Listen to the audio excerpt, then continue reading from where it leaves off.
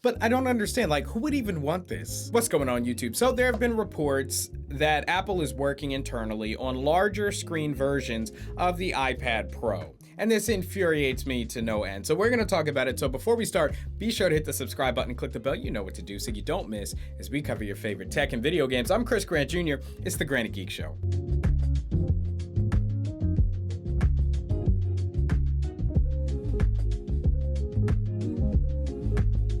Okay, so this report is coming from Apple Insider. They're quoting Mark Gurman saying that larger versions of the iPad Pro, I'm assuming 13 to 16 inch, the report doesn't really say, would be coming or could be coming or are being tested internally at Apple and could be seen in the next couple of years. Now, this is not for 2022, as Mark Gurman says that they're still going to have the 11 and 12.9 inch versions of the iPad Pro, but in the coming years, 2023 through 2025, we could see introduced larger screen versions. And here's my whole issue with that. I don't need to reiterate the whole M1 iPad being so overly powerful and underused. I don't have to reiterate WWDC being a huge disappointment in terms of Apple sticking to that power to the people type vibe they have going most often, and just unleashing the iPad Pro and letting it be a true rival to the iPad. Vadim actually said on the Max Tech YouTube channel, great channel by the way, follow it, the only reason that the M1 iPad is not a true rival to the MacBook Pro is simply because Apple doesn't want it to be. And here's my problem with that. If that is Apple's philosophy, right? They don't want the M1 iPad to be a rival to the MacBook Pro, then stop writing on the wall. Like stop showing all these Pro features. Like, we're not going to give you a Pro iPad, but we're going to put the M1 in it. They literally put in a promotion that I'm showing on the screen now, the power of the Mac stolen for the iPad. Now, if that's not misleading, I don't know what is. So they say, we're not going to give you a Pro device, but we'll give you M1. It's not Pro, but XDR. It's not Pro, but Thunderbolt. It's not Pro, but now larger screen sizes. Again, 13 to 16 inch, I would imagine it would, the 12.9 would go to 13 inch, and that would be the new smaller version of the iPad Pro, maybe, because a lot of people really do like that 11 inch. And then we could potentially even see a 15 or 16 inch. I doubt it would be anything larger than 16 inches, but here's my problem with it, primarily. It's not just that these are more Pro features that would entice the Pro market to start looking at it as a real kind of device, a real companion device or primary device for Pro work. My real issue is, for what?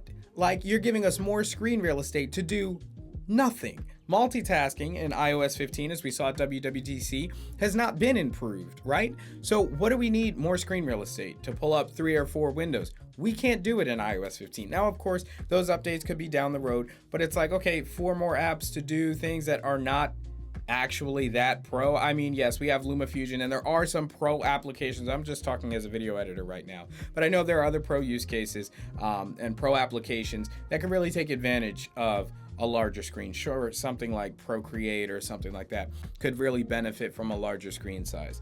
But my primary issue is this device is hardware-wise the pinnacle, probably, of what mobile technology can be. It is uber powerful, just as powerful as pretty much it's any M1 device. A gorgeous screen, the most advanced screen I would say on any device consumers can get their hands on, for sure. Not really pros and prosumers. That would be like the Pro Display XDR and a couple other ones. In terms of RAM, top notch. In terms of form factor, top notch, super thin, super light, premium materials, glass, aluminum, like you name it. In terms of hardware, you cannot get any better than M1 iPad Pro. You can dock it to a keyboard. I've said this stuff. You know what you can do with an iPad.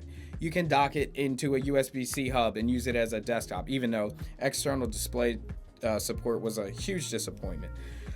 And then obviously you can use it as a tablet. Pull out the Apple Pencil. I mean, the Apple Pencil is such a marvel on its own right, and it's developed to go perfectly as a companion with the iPad Pro.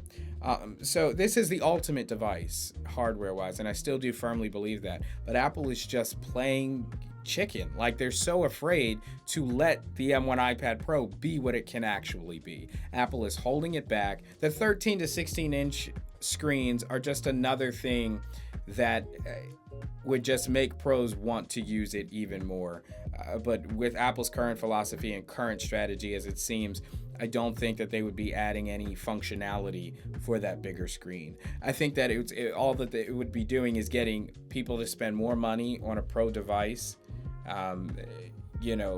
without it ever really paying off on the software side. So as of iPad OS right now and the capabilities of the iPad right now, there's no way I would ever spend any kind of money on a 13 to 16 inch version of this device. I don't need a big crippled device. I just don't. I don't see anybody who would. Wouldn't matter if it was 11 inches or 15 inches. You can have a 32 inch and it still ain't going to work any different.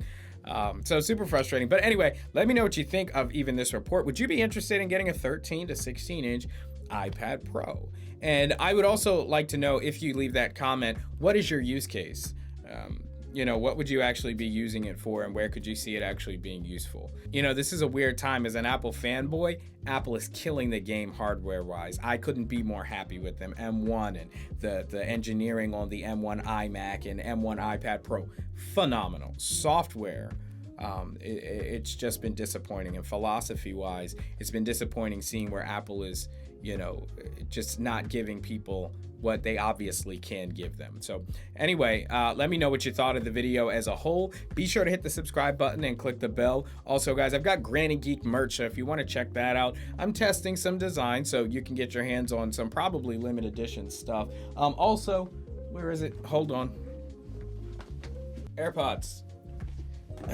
AirPods second generation. We're doing a giveaway at 10,000 subscribers. So the best way to get your hands on these is obviously to be a subscriber, but also get other people to subscribe, because the sooner we hit that mark, the sooner the winner will be announced. And I'll probably do a giveaway like this at every kind of mark. So maybe one at 15,000, one at 20,000 as we continue to grow. So AirPods 2, get your hands on them. Great. Thank you guys so much for watching. As always, be sure to hit the subscribe button, click the bell so you don't miss as we cover your favorite tech and video games. I'm Chris Grant Jr. It's the Granny Geek Show.